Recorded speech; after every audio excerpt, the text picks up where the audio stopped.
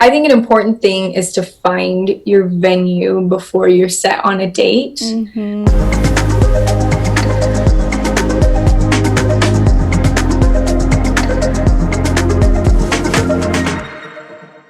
I am here with Kyrstin Anderson. She is the owner of Azalea Venue, her and her hubby. I met Kyrstin actually back in high school. We were on this modeling team, so we modeled wedding dresses and prom dresses. It was super fun. And then I found Azalea on Instagram and I reached out to them and I went and talked to them about wedding videography and gave them my business cards. And she's like, "You look very familiar." And right at the end of our meeting, she's like, "Oh yeah, it was like the bridal team." That was super crazy. Now we've reconnected. Kyrstin, go ahead and tell me just about how you started this. You know, I'm pretty young, especially for an event venue owner. This isn't really something I was planning on. While I was finishing up college at BYU, I was working for a wedding planning company, Hoops Events, and they kind of started a side floral business. And at the time I was looking for a change. And so I learned how to do florals. So I got a lot more exposure to the wedding industry. And I had 2 kids after that while also going to school. It was just a bit much. And so I stopped. But I said, you know, if I ever get back into this, it might be way down the road. I think I'd like to own a venue. Then my sister-in-law was getting married. So my mother-in-law and I kind of started thinking about starting this. She ended up being kind of busy. So it kind of turned into me still just thinking about starting it, me and my husband. And we're like, who knows, we can even do this. This space popped up and it was just really perfect. And we just loved it and thought, you know, we're just going to make it happen. I can't imagine doing that so young, but also having really young children.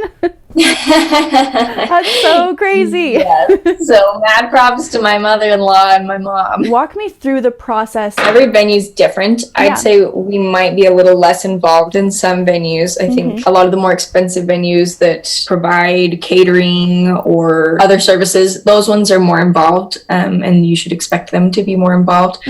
For ours, what we try and do is kind of just provide them with the blank canvas for them to bring in whoever they'd like. Generally how it works is, you know, we get an inquiry, we email back and forth, answer any questions. A lot of times we refer them to our website because we actually have our pricing and our availability online.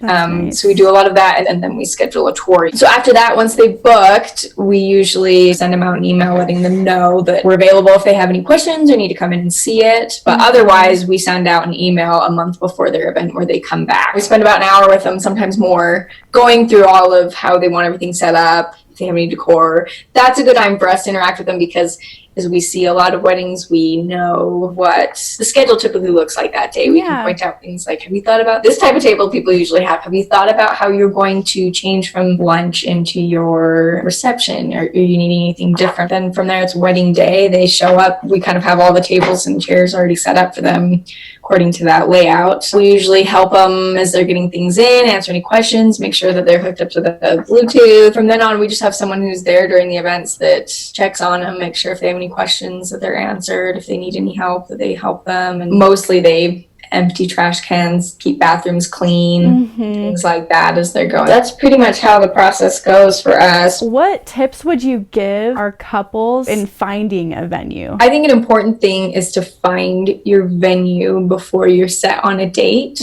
because you want to have your venue where you want to have it. And there's different venues of different styles. A lot of times we see people that are very set on dates and they've just come way too late in the game where it's like, you know, if you want that specific Saturday date, if you're planning 3 months in advance, it's probably not going to be available. And so it's best if you do that and then choose your date rather than come trying to find the venue after you've planned out all of these other vendors and other things that might have a little bit more flexibility. Another good thing about the venue is ask them about the vendors that they know, because I think they really see more than many other vendors who in the space is really good at what they do, who's responsible, who gets there on time, who does a good job. What is the average cost of a venue and what do you guys charge? When I was first starting this, I ordered some like official reports from the Wedding Report, who actually does research on this, and I believe that the average for Utah was $3,500. At least from what I've seen with a lot of venues, it seems like there's kind of 2 price points. The people that are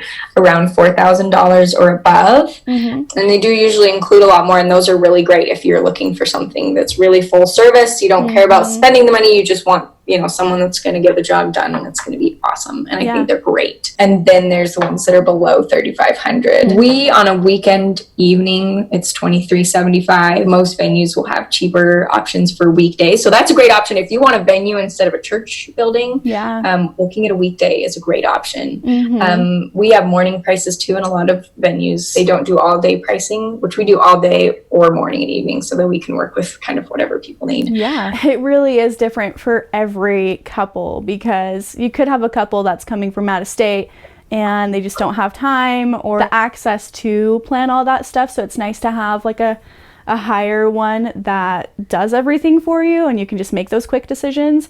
But if you really want to personalize it and you don't want to have to worry about paying more for like the vendors that you want, yours would be a great option. Really just depends on the couple. Some things to consider are, do you have a lot of extended family who's going to come and stay the whole time? Yeah. If you don't, then 60 to 100 chairs is probably fine. If you do have family that's going to be there probably the entire time, you do need to consider, how many do I need to have seats for? And then add on 50 to 75 seats for just kind of the flowing people. When I was looking for a venue, my questions were like about the space. So like really I just had to tour. You should tour multiple venues and make sure that the one you're getting is the one you like. That was definitely how it was for me. I toured a few and thought, oh yeah, this is the one. And then I toured a different one and thought, no, this one's even better, Yeah. All right. Well, how do we find you? We use Instagram a lot. I mean, we're pretty new, so our Instagram still is new, but we use that more than anything. Yeah. But we're on Facebook and Instagram as theazalea.venue. And then our website is theazalea.net.